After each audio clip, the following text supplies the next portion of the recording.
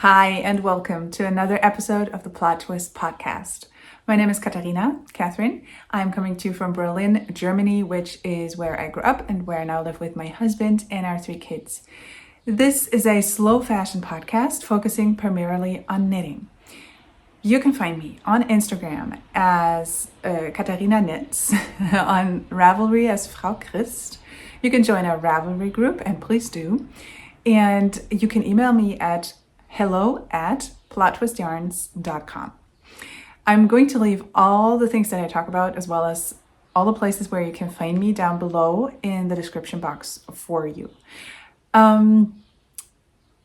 Yes, today is sort of a special episode because this is not going to be a sort of a proper format podcast episode, but this is going to be a special episode. I had one in the past where I talked about all my fall sweaters and I presented them to you. And today, this podcast episode that isn't quite a regular podcast episode, so the special is going to be dedicated to my shawls. Like I said in my fall sweater episode, which I have recorded quite a while ago, I'm going to link it, I don't know, either on the screen if I manage to do that or down below for you. And if I remember, but I'm definitely going to link it down below. I said that I want to do an episode on my shawls. But then I thought, okay, so this is going to be a 3-hour show. And I don't think that would, be convenient for either you or me. So I thought maybe I have to split them into piles. And so that's not splitting them exactly in half, but I have a little less than half of my shawls, on the show today, on the podcast today. And then so a bit more than half of my collection, sort of, not that I counted them, but I have the feeling that the other half is going to be a bit more, the other pile. I'm going to talk you through those patterns and yarns and shawls and all the goodness in a separate video. So yeah, that's the deal today. And how I went about to divide the shawls is by designer. So today I'm going to talk about all my Stephen West shawls. And next time it's going to be all the other ones, because I thought that might be fun and also give me some sort of a guideline. And and also, Stephen West is such an inspiration when it comes to shawls that I thought it makes sense if he has his own episode, if he gets his own sort of, hour on this channel. Yes, what else to say up front? I don't know, let me take a sip. I'm drinking green tea today out of my Mor cup that I bought in Denmark. Mor means mother, and also in Swedish, and I'm assuming also in Norwegian. I don't speak Norwegian, neither do I speak Danish, but so it means mother. And I had a store when we went to Denmark, and I think 2020 it must have been, because we could go on that vacation despite COVID because we were so isolated there. That was sort of the nature of the trip, that we weren't allowed to go.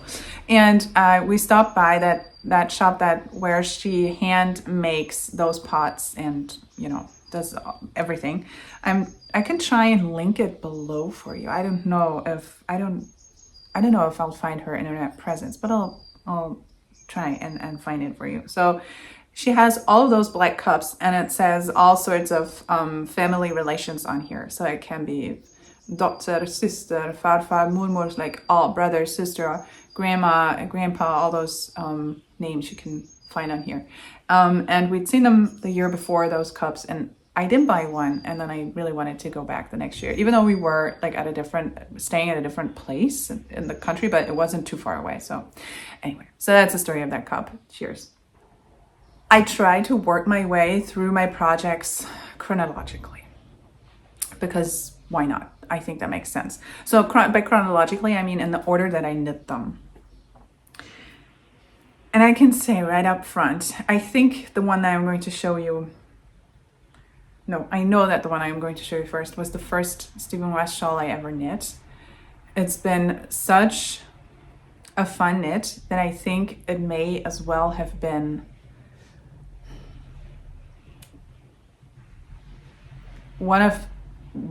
it's definitely one of the most enjoyable knits ever for me. So, and I'm about to cast on another, and I'm saying that sort of loosely because, you know, the thing is, I thought I was done with my shawl knitting. Like, I thought I was just not a shawl knitter. I used to be one before I had the courage to become a garment knitter. And by the way, this is the sweater that I'm wearing, before I forget to mention, is the Jelly Roll sweater by Mary Catherine Briner, I think is her name, the designer's name. And I knit this in all Frida Fuchs yarns, so that's a Berlin dye team, and I'm going to link the project page for that sweater down below for you. It is a dream to wear. It's one of my favorite sweaters for sure. It's an easy yoke, so if you've never knit color work, you can definitely venture out and try this one, because it's not hard to do. It's got a very nice effect though, and this is what I'm wearing. So, and I forgot what I was saying before. Anyway, so I had seen that many people had knit the Marled Magic shawl. And so I wanted to knit one as well. And I did. And it was such a stash buster. So that was good because I had a box full of scraps that I thought all of those are going to go into that project. And my goal was to use as many of those as I could. And those were all sorts of scraps that I collected. And that must have been back in 2017, because I was knitting on it as I was pregnant with my second child, who was born in early 2018. So yeah, that was a 2017 knit. So it's been a few days. I'm going to show it to you, and then I'm going to talk you through. How am I going to show that? Because it's so I'll try. Woohoo!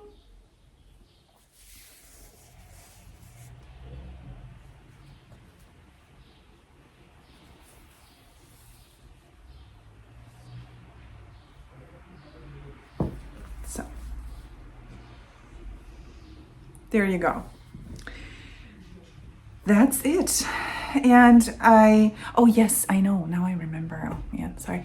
I said I thought I was sort of done being a shawl knitter, and now I'm in the moment. I don't know when I'm going to upload this video because I'm filming it a little bit ahead of time, but currently I'm working on several shawls like a crazy person. So I have definitely caught that bug again, and I thought, so maybe now is the time to talk you through my shawls. And also I find them so inspiring and so fun, and just right now in general, but now that they are an inspiration too to further work on shawls. And this one, the Marled Magic shawl, I did not knit this with the mystery knit along, but later on when I saw how gorgeous it was, I'm going to cast one of these on in the near future, because I have just the right sort of single skeins and kind of like the right color palette and the right amount of yarn. And I want to knit all of those into another Marled Magic shawl, because I remember this sort of modular knitting where you knit one section and then the next and then, you know, the next. Was so fun and gave me such a sense of accomplishment with every little section that I knit. And also you can pause. Like if you complete one section, you can put it away for 2 months and it will not matter, because you know where you are, you know where to start off. It might be just a palette cleanser project where every once in a while, I just got a message that I read, I'm sorry, where every once in a while you knit a section and then you put it away. And then, you know, a few months later, you knit a section and you put it away. And so that is just so amazing. I don't want to say I can't wait to cast one on again, but I really do want to cast it on, you know, over the next months. The only thing that I'm debating is whether this eyelet section in the middle, this is the first one that you knit, I will keep it like that, because this for me doesn't make a whole lot of sense when I wear the shawl. I don't drape them. I just wear them like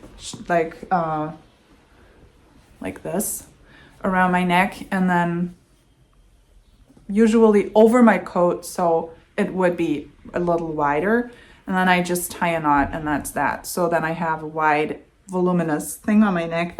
And this section right here has the least volume and doesn't provide a lot of warmth.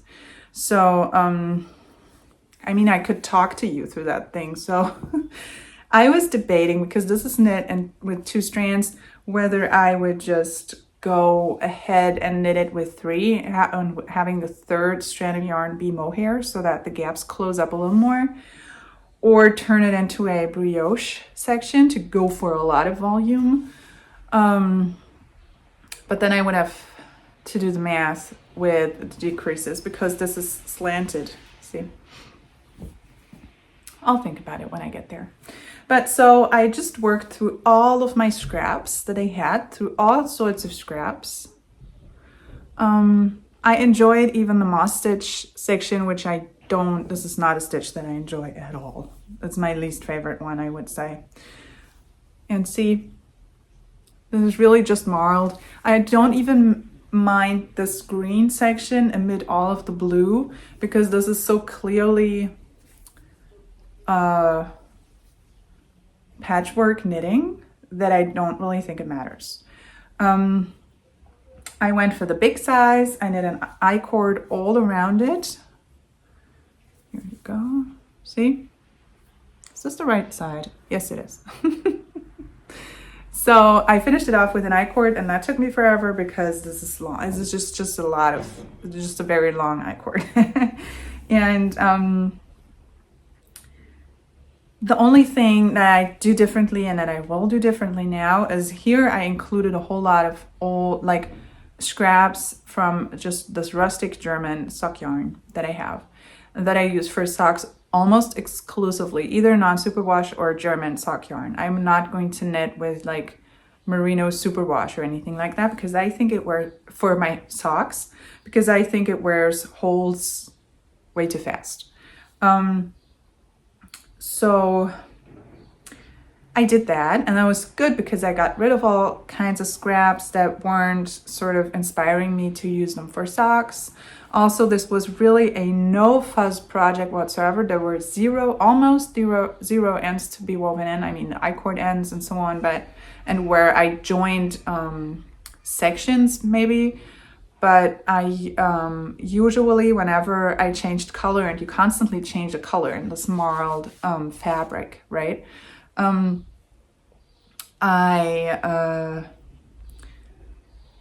don't know, for like 8 to 10 stitches or whatever, I would use 3 colors. So the one that I was fading out, the one that I was fading in, and the one that would go through and not be changed just yet. And I would just knit those 3 together for a handful of stitches. And then, until I really ran out of the one color that I was fading out, and then just continue on with the one continuous color and the one new color, you know? So yeah, that's what I did. And then I first gave it a soak in the end, laid it flat to dry, and then once it was dry, I snipped off the ends. And that's a good tip, because if you do it before and then you pull it in shape, or even just soak it, and that will just, the yarn is just going to move. It will bloom a little bit and so on. Even if you don't stretch it, you know, and then your ends will come poking out again. So I only snipped them off after, I want to say blocking, but I didn't do anything to it. I just laid it flat to dry, nice and flat, and then that was that. And so that's my Marled Magic shawl that I really enjoy wearing. It's given me a lot of joy knitting it, and I really am looking forward to knitting another one. And that was sort of my, I don't know now what this is called, but so the beginning of my Stephen West shawl love. And then I booked a class on one of my local yarn stores had invited Stephen West to, oh no, oh, something is coming undone here. Hold on, I need to fix this real quick. Hold on.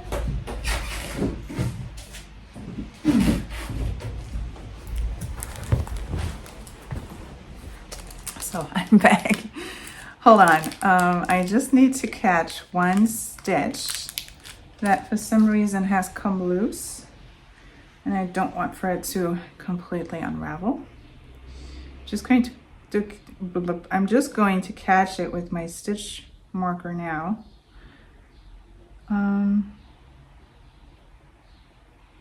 Hold on. Oh man, it's harder than I thought. Okay, and then I can take care of that later on. So good thing I saw that.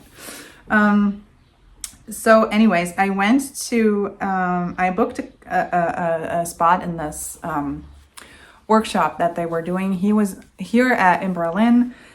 That was just before COVID, so that must have been the early weeks, the early days of May 2019. So May 2nd, or May 2nd, I think, something like that. And I took a class, his shawl mashup class. So it's all about shawl construction and just shawl designing, right? And when I was back home, I thought, now I'm gonna have to do something with that. Also, I wanted to try out a few things that he showed us or talked about. And I mean, if you ever have the chance to take a class with Steven West, I would highly suggest you go because he's just a person who is so inspiring by standing in front of you, you know, because he lives this creativity with every fiber of his being. It was just so inspiring, if only for that, you know. And so I was very inspired when I came back home, and then I thought about it for a few days, and I picked out my yarns and I freestyled a shawl. I mean, I would change a few things if I were to reknit it again, but let me tell you, the construction does work, you know, like I worked it. So it's wearable, and I think it's a very fun shawl. And I'm just going to show you. I'm going to show you, and then I'm going to talk you through the yarn.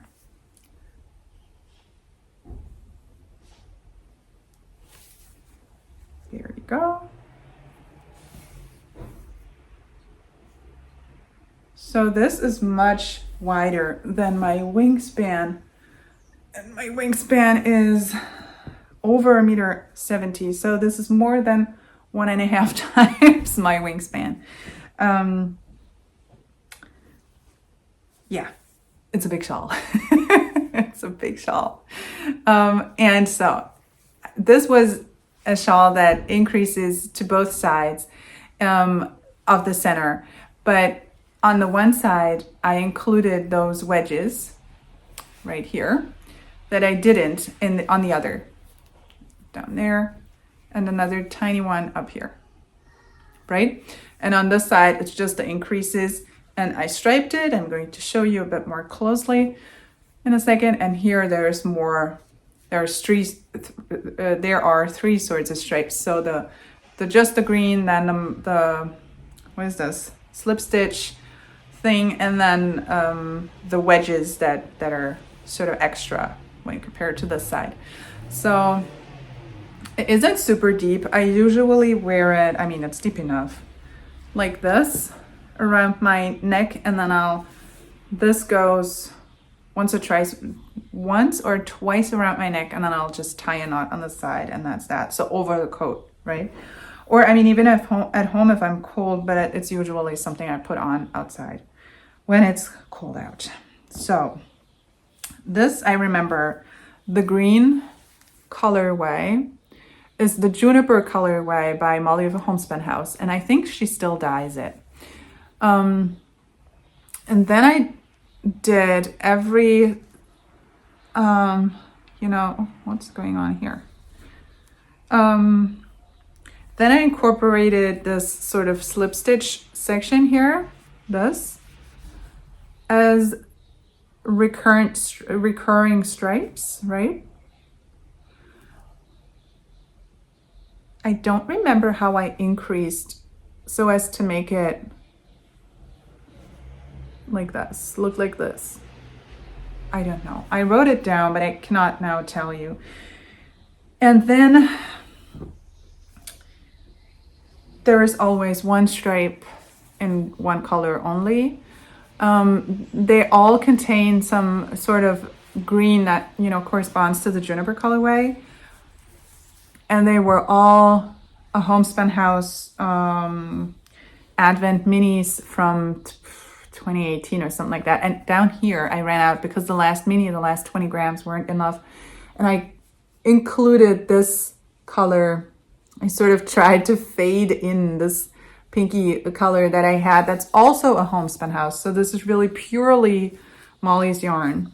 See?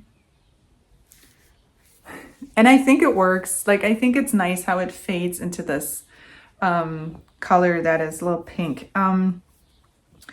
And this, oh, and then there's another little color up here. So these were Advent minis. In the slip stitch section, I would use this very color. And because I realized I'm going to run out of yarn quickly, here I started striping with the Advent yarn and then the juniper colorway, so that the section would be somewhat cohesive. And it lasted me till the end. And it didn't down here, but I really didn't care. And I went for that, well, fade, not really, but I just for another scrap, and that worked fine. So that is the shawl that I freestyled after having taken the class, and it is very asymmetric. But when I put it around my neck rather,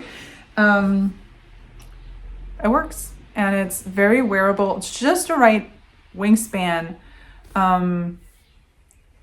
so that the ends meet and you can tie a knot, and you know, it holds. So that's fun. Then I knit a shawl out of his West Knits Best Knits. I don't know which one it is, but the one with the exploration station in it, and I think the doodler, you know, that I got at that workshop that I attended. Hold on. And that is my dotted rays. And this is my most worn Stephen West shawl this year, and I think also last winter season. So this winter season and the one before. I'm again going to show you, and I'm going to talk you through. There you go.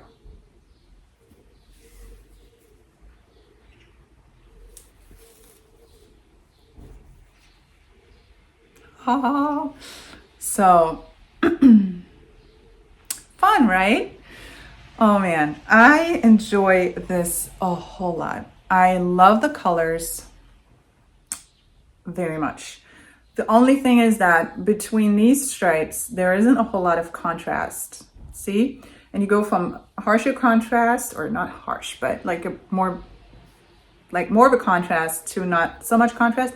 But when I wrap it around my neck, you're not going to see the stripes in their sequence like this, but they will all be scrunched up, and you will not be able to tell, you know. And I will, or maybe I can show you. Now imagine a coat under, so that would give me a bit more volume and it would be less floppy, but I would usually put it around my neck, something like this. I don't know. And then what I do, this is what I want to show you, with the end, either I'll just tie a knot like this, right? Or, and this is where a little extra volume comes in, because then it will just work exactly and not hang.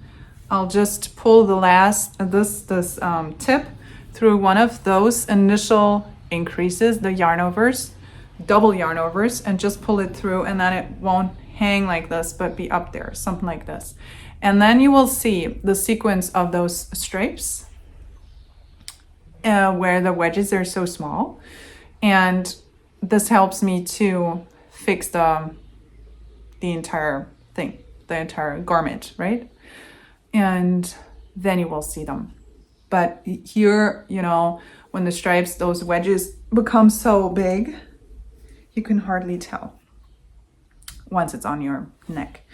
So yeah, that's the color palette right there. I really do enjoy it. It's been very enjoyable knitting it. I went for the large size because I could use up so many scraps.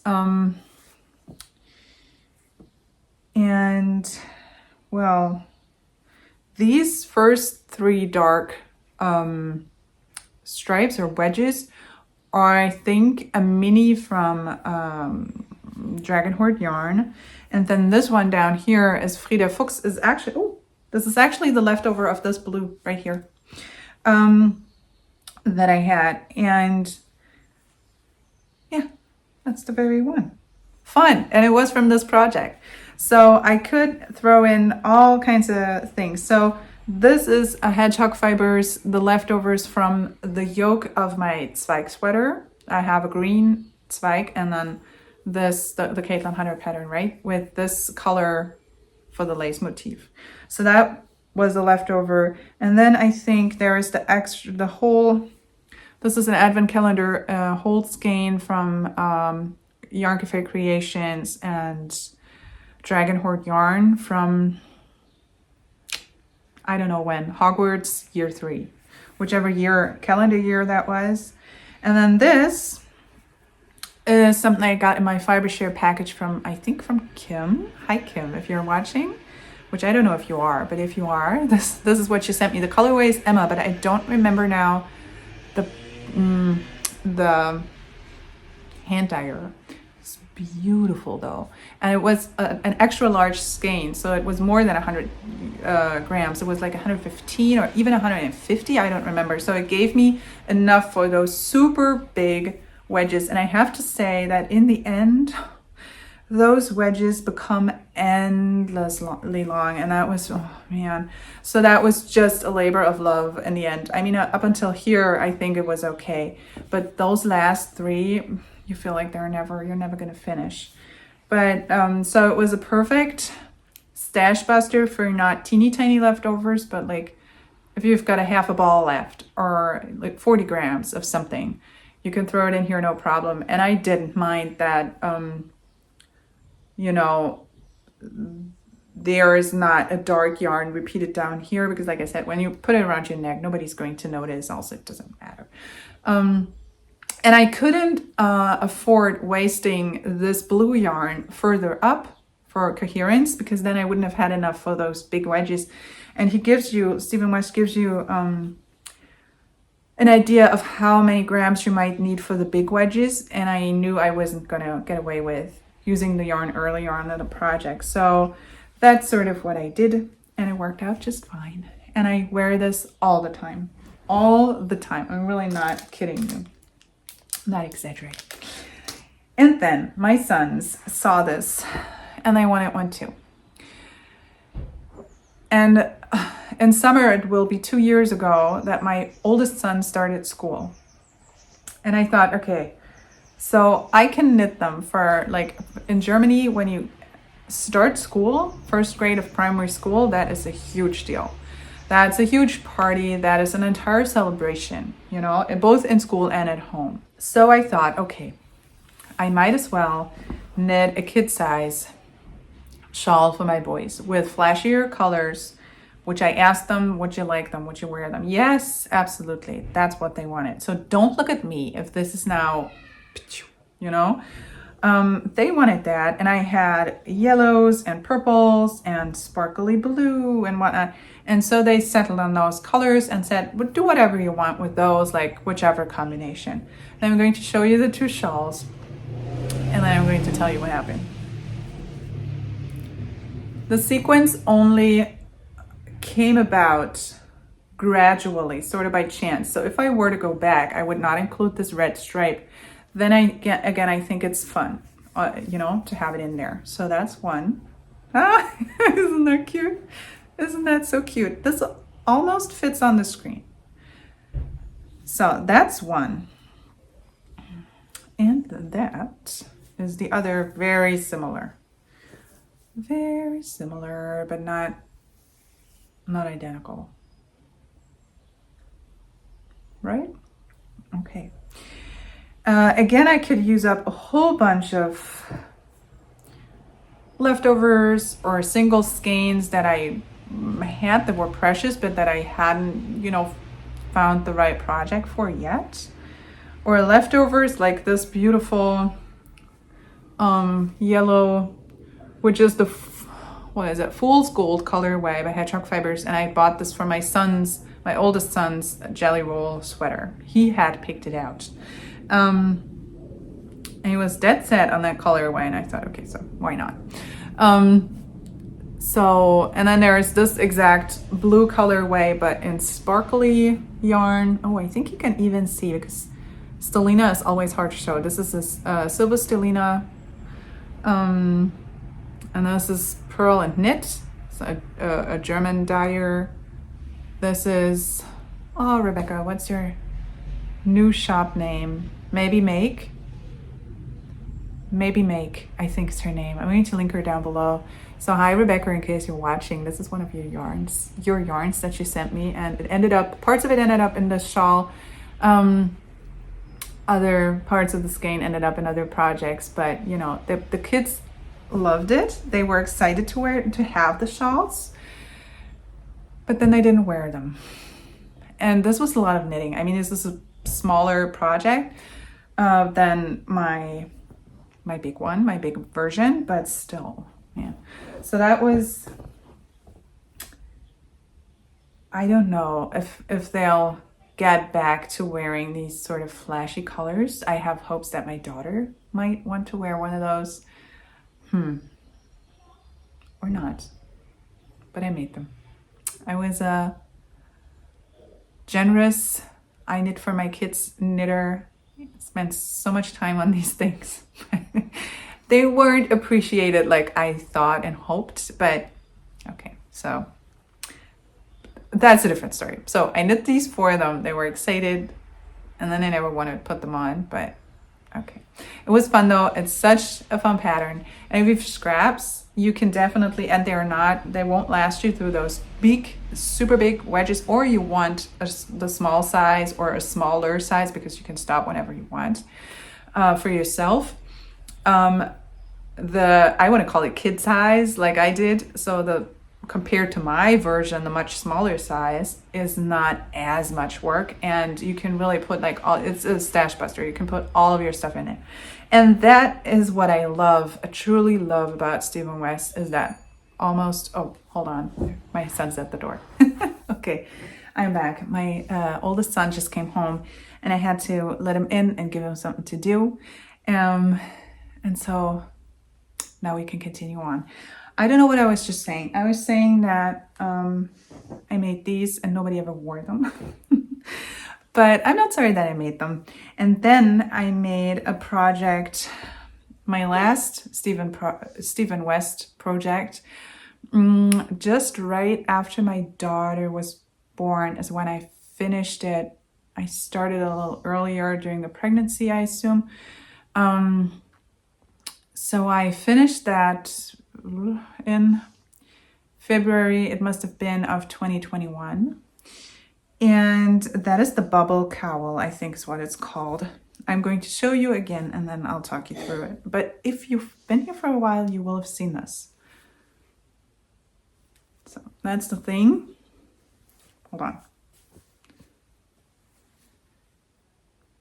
This is one side, and that's the other, because those don't match. Again, this is a Stash Buster project, and that's where the two parts are joined. So this is the front. I can show you. Shall I show you? Might be fun to show you. Hold on. Okay. So that's sort of how you wear it. Like this, right? And you can pull it up. Oh man. To wear it like this. Why not? I'll take it off because it's, oh boy, this is so warm. Oh man. It's super warm. So the idea is that you have a cowl, and if it gets cold, you can pull it up. Obviously you don't have to pull it up until here, but you can just wear it like on the back of your head. Yeah, it looks funny, but that's sort of the style, I don't want to say the point, but the style he's going for here. So it's classic Stephen West. It's so much fun to knit. Those bubbles aren't hard to knit at all, right? And you go from those small ones to a set of you know, slightly bigger ones, and then to your biggest ones, and then you decrease down again with smaller bubbles and the tiny one, or small ones. And you do that by changing both the yarn that you're using, so the yarn weight, and the needle size. So you will probably recognize some of those colors. So this is the blue that I'm wearing in the sparkly color that was also in one of the kids' shawls. Was it the kids? Yeah, it was. Here it is again. This is the green tiny leftovers from my juniper homespun house shawl that I've just shown you. And then this is some of the bulkier yarn, but this is, oh God, we don't have yarn weights in Germany, so it's hard for me to say, but this would be worsted, I would say, worsted weight, and then maybe some Aran. And then you go back down, right? So this is hedgehog fibers, the gray and this tealy color is De Rerum Natura Gilead. Some of them I don't know off the top of my head what they are. There's some Cascade 220 in here. Oh, like this color right here. I mean, I'm going to link all the project pages down for you, but I don't think that on this project page I listed every yarn. I just used a whole bunch of scraps. This is the red or berry color of my sweater. Then I still had just a few meters left of, repeat it here. So yeah, and then joined with an I-cord in the juniper colorway by Molly of a Homespun House for my Homespun House shawl, you know, the freestyle one that I showed you. So, and this, you will have seen this in an earlier episode where I talked about how this is a project to be mended because this was too floppy. This was just, for whatever reason, too floppy, so it kind of flopped open a little bit or just collapsed down. That's the problem that I always have with cowls, that they're always either so snug that you can hardly pull them over your head and you will inevitably ruin your everything, you know, putting them on, or hold on, what's going on with my hair, or they will be so loose as to just like not provide any volume or warmth, but just like flop. That's my cowl story. So I know other people have other experiences, but I've never mastered the art of cowls, if you will. So yeah. And then, yeah, what I said on the podcast episode is I'll try and insert elastics, both up here, you know, going all the way up here, and down there, so that it will pull together a little bit and give it a little more, I don't know, motivation to come closer to my neck and not only just flop down. And it works, I have to say. It's not something that I can put on when it's super cold and I need something to really be all close to my neck area. That's when I will have to pull out one of those big shawls that add a lot of volume when you wrap them around a handful of times, but you don't always need that. So this is very warm because it's 2 layers. I mean, you can flip it inside out. It doesn't matter which way is which, right?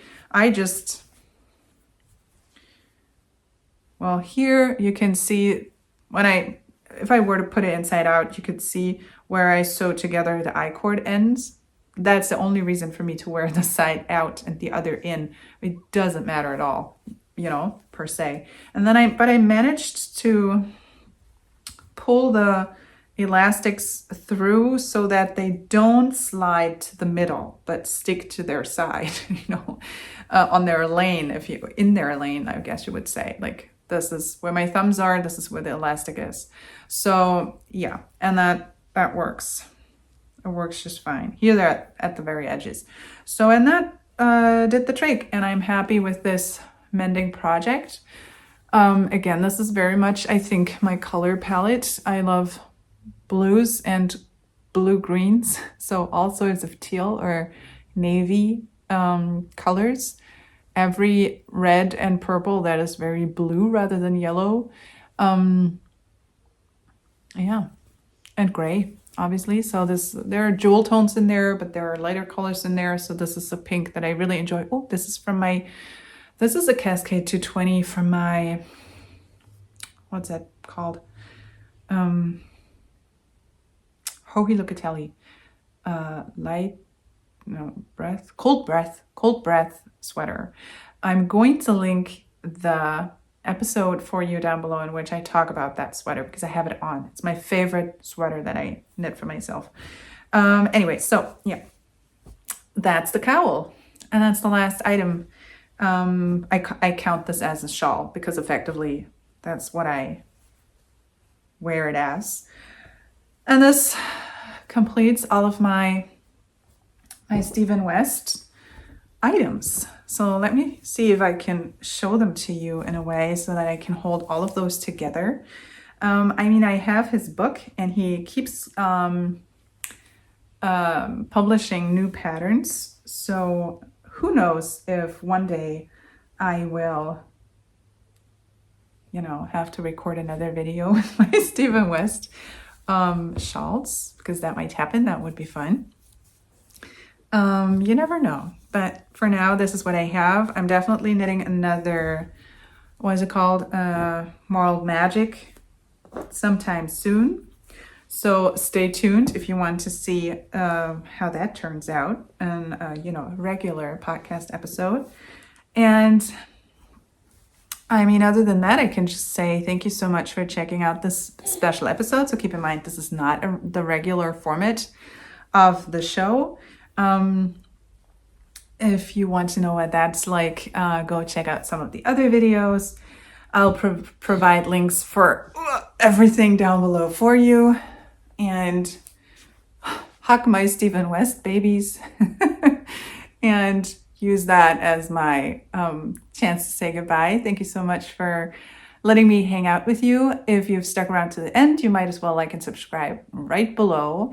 And I'm so happy to be back soon to talk to you about other projects that are keeping me company currently in terms of my works in progress, or, maybe another special. There's going to be second part with shawls, and then winter sweaters, hats, mittens, all of that good stuff is still coming your way. So happy knitting. And oh yes, and I wanted to ask you, tell me what your favorite shawl pattern is, because I might get super inspired. Just leave a comment down below with your favorite shawl pattern, be it Stephen West or not. But if you have a favorite Stephen West pattern, definitely leave that down below for me. So I would really appreciate it. And it would also be an inspiration for all the other guys who check out the comment section. So take care. Happy knitting, happy shawl knitting, happy whatever that you're knitting. And I'll talk to you soon. Bye.